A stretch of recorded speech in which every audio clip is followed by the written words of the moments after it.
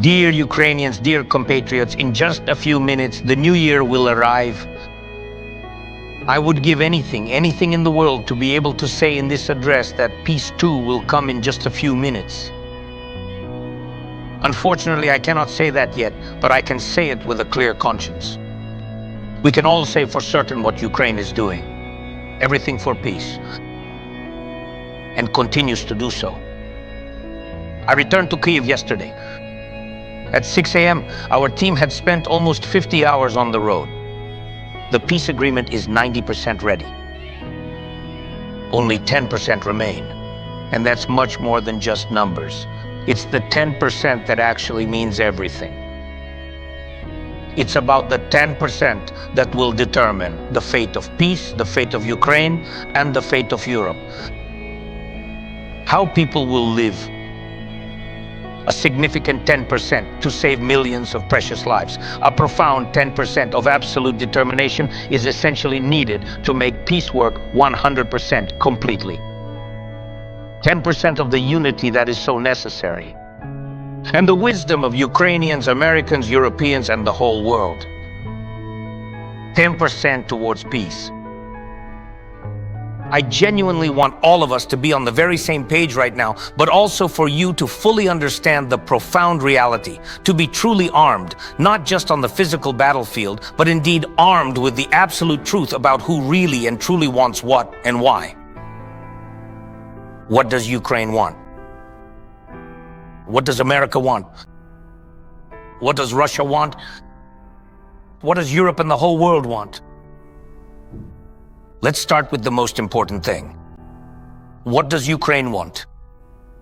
Peace? Yes. At any cost? No. We want the war to end, but not the end of Ukraine.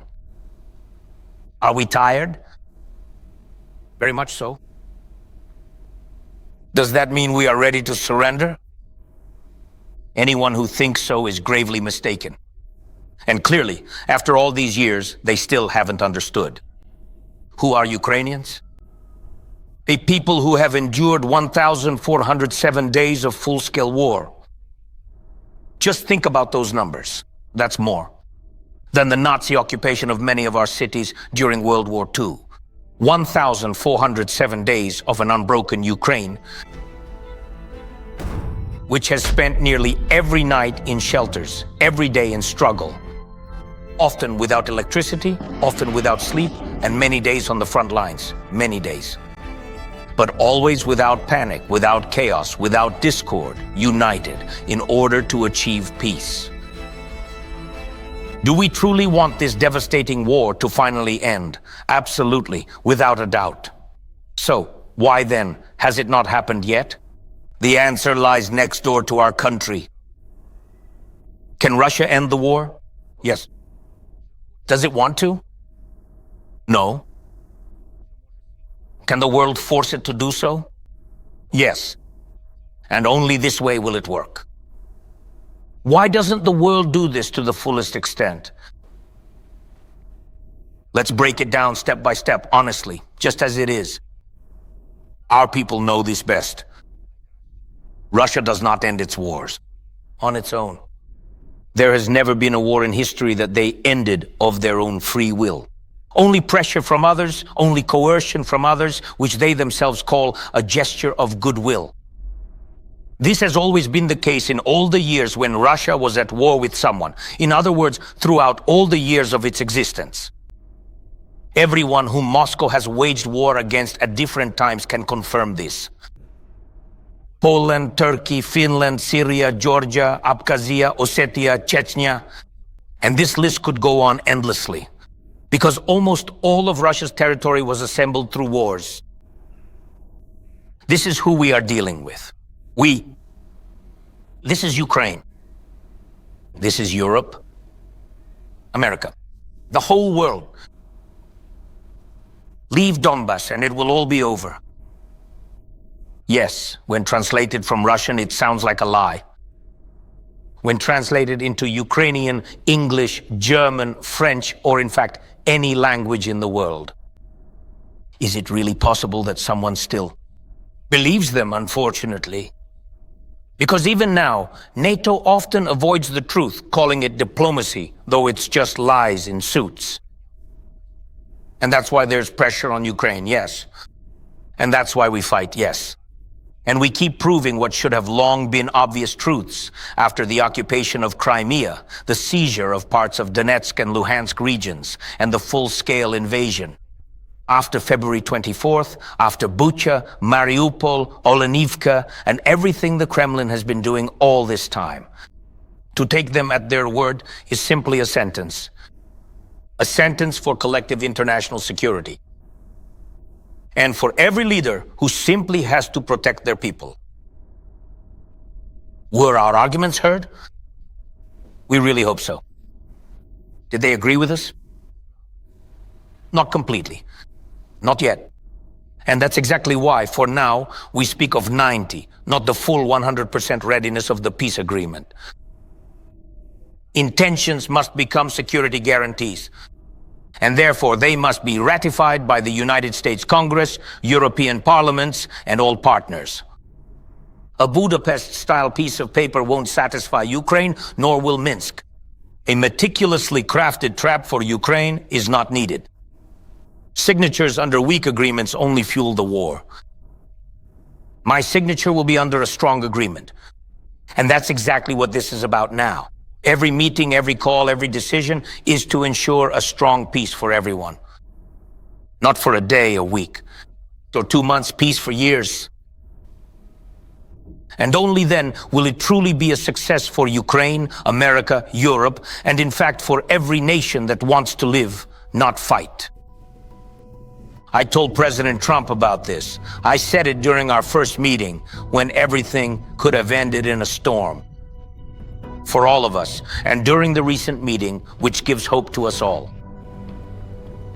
That peace is near, it is more possible than ever, and we are able to achieve it together. And to be honest, it was not at all easy to achieve such a change in the tone of relations between Ukraine and the United States. From the first Oval Office and all the sharp corners, to the conversation in Mar-a-Lago, which demonstrated the fact that nothing will work without Ukraine. Ukraine has defended its right to have a voice. And everyone sees that Ukraine respects itself, and therefore they respect us, they respect Ukraine. And the most obvious proof of this is the 7 meetings I have had this year with the President of America, no matter where in the world we met. Washington, New York, The Hague, the Vatican, the President of the United States always mentions our people. He talks about how bravely Ukrainians are fighting. And for the whole world, such a mention of Ukrainians has become a must. And that's happiness. It's happiness to hear that. It's a source of pride to be the president of such a people and such a country which has endured and is achieving. To strike at any enemy military facility or oil refinery, to bring the war back to Russia, to teach NATO soldiers what modern drones are, to deliver an asymmetric slap to Russia and force Putin to lie that he has taken Kupiansk 3 times and shot down drones near his own residence with his own hands. Ukraine, which possesses mature foresight, has its own long-range capabilities, and therefore has arguments, has wisdom, dignity, and is ready for compromise, but not for shame. I thank every leader who supports Ukraine in this, who understands the most important thing. Today there are only 2 options, and only 2. Either the world will stop Russia's war, or Russia will drag the world into its war. And that's a shock. A shock that after so many wars, after 4 years of such a war in Ukraine, in Europe, unfortunately, we still have to explain this to many. We explain, we repeat, and even though leaders change, the questions remain the same. Is America capable of stopping the aggressor very quickly and decisively? Absolutely. Would we really like that? And when is it possible? Always. And when do you need it? We needed it yesterday already. And in 2026, it's possible. There are sanctions, and we are grateful. Sanctions are biting Russia, but only a death grip will work. Russian oil is already cheaper. But their tankers must be stopped completely for the war to stop. Russian factories are already slowing down, but they must come to a halt so that the occupier cannot move. And that would be proven if the hammers were in Ukrainian hands. In reality, there is only one thing. Peace has no alternative. And there must be peace and support and a strong agreement.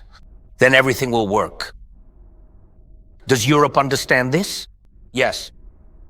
Does all of Europe understand this? No. I don't want that kind of understanding to come to everyone. I don't want Europe to gain that understanding one day at 4 in the morning, the way it happened in Ukraine. I don't want all Europeans to gain that understanding when vehicles marked with the letter Z appear on their streets. And when Putin says, we are not going to attack you, that's the first warning sign of exactly where his tanks will go and where his drones will fly. And today, we have every right to say that Ukraine is actually the only shield that now separates comfortable European life from the Russian world. And for most leaders, the question of why support Ukraine doesn't even arise, because if, God forbid, Ukraine falls, the next questions will be, why support Poland? And who will fight for the Baltic states? And what should be done without Ukraine in NATO? Europe needs Ukraine, and Ukraine needs Europe. We feel this now more than ever. And after meetings in the States now, we are all constantly calling our partners, and the Europeans aren't sleeping, everyone is very worried, and we are always in touch. We consult with Emmanuel, the President of France, on how to proceed further. And when we are on our way to Kiev, we talk with the Chancellor of Germany, and Friedrich says air defense will be provided. And we talk with Keir Starmer, saying that we need to meet right after the new year. There should be no pauses, so that there is a coalition of the willing to push through all the documents and not lose America and to put pressure on Russia. And just like Giorgia Meloni is absolutely right when she says, look, the agreement documents must be correct. Peace must be such that Ukrainians will accept it. Ukrainians must approve this peace, because if everything is unfair and the peace is fragile and Moscow attacks again, she says, I don't want disillusioned people then. In Ukraine, to be burning portraits of European and American leaders in the squares. These words, that peace must exist and it must be dignified, are supported by everyone who is truly doing a lot for Ukraine. The Netherlands, Sweden, Norway, Poland, and the Prime Minister of Denmark, Mette, who always says, we are doing. It is not enough for Ukraine. We have to do more for Ukraine. Because this is for the protection of all of Europe. And Spain, which is with us, and the Vatican, and the Ecumenical Patriarchate with their diplomacy and prayers.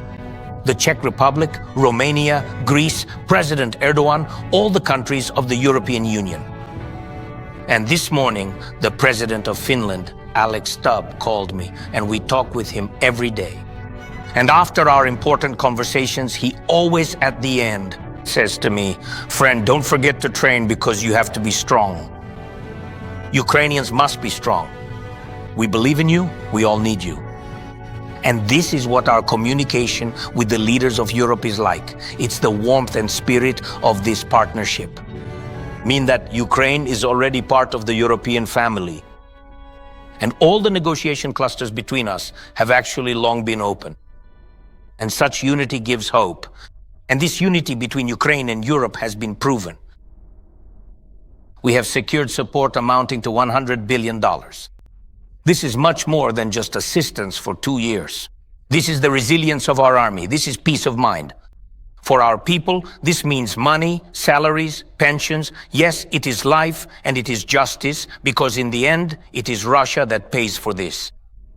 And such unity, such concern for Ukraine, above all, goes far beyond the continent. It is noticeable and tangible to us in Japan, in Australia, in Canada. I am very grateful to everyone in the world who stands on the bright side of history, who stands with Ukraine and does everything so that Ukraine can achieve its goals, can press on, can push through to peace. Dear people, in a moment it will be New Year. Millions of us are waiting for it, and we will have New Year no matter what, because that's the kind of people we are. We are Ukrainians. We'll come up with something. We'll prepare, and it will be nice. It will be delicious. There will be a glass of champagne. Maybe someone will have something stronger, and there will be a toast. Very important words. A toast for everyone. For millions of Ukrainians. For our warriors who are now on the front line. For everyone who gave their life for Ukraine. For everyone who saves and teaches us every day. For everyone who is always on duty, even on this night. Firefighters, doctors, energy workers. For our people who have returned from captivity. And may this new year be celebrated at home by everyone we are waiting for. For everyone who helps us. For this war to end. For peace to come. For the enemy to achieve nothing and never will. As long as we keep fighting like this. As long as we keep holding on like this. As long as we remain Ukrainians. Russia will have to end the war as soon as they find just one more reason for peace than for fighting. Just one more reason than to keep fighting. And that's precisely why we often find ourselves saying to each other what our incredibly brave guys at the very front lines consistently say. All we truly need is to steadfastly hold out for just one day longer than they do. And today, let's additionally consider being one crucial step ahead. 1 hour faster, one decision braver, and even if it's just by a mere 1/10, but undeniably better, and by a full 10%, those very significant 10% I initially mentioned at the very beginning of our discussion, 10% stronger, more resilient, and ultimately more effective. And then we will win peace. 100%. I wish this for all of us. Dear Ukrainians, the year 2025 is coming to an end. There is real winter all around us, and something we haven't seen in a very long time. Snow on New Year's. And all the children, and honestly all the adults too, have been waiting for this. And this gives a strong feeling. If we really, really want something, sooner or later it happens. Of course, what we want most right now is peace. But unlike New Year's snow, it won't just fall from the sky for us like a miracle. But we believe in peace. And we are fighting for it. And we are working for it. And we will keep doing so. Because in 2026, we really want the sky to be quiet and the land to be peaceful. We want warmth and light in our homes. And not just 170, but the full 220, just as it should be. We want all our people to return home from the front, from captivity, from occupation, so that we exist, so that Ukraine exists. Happy New Year, dear people. Glory to Ukraine.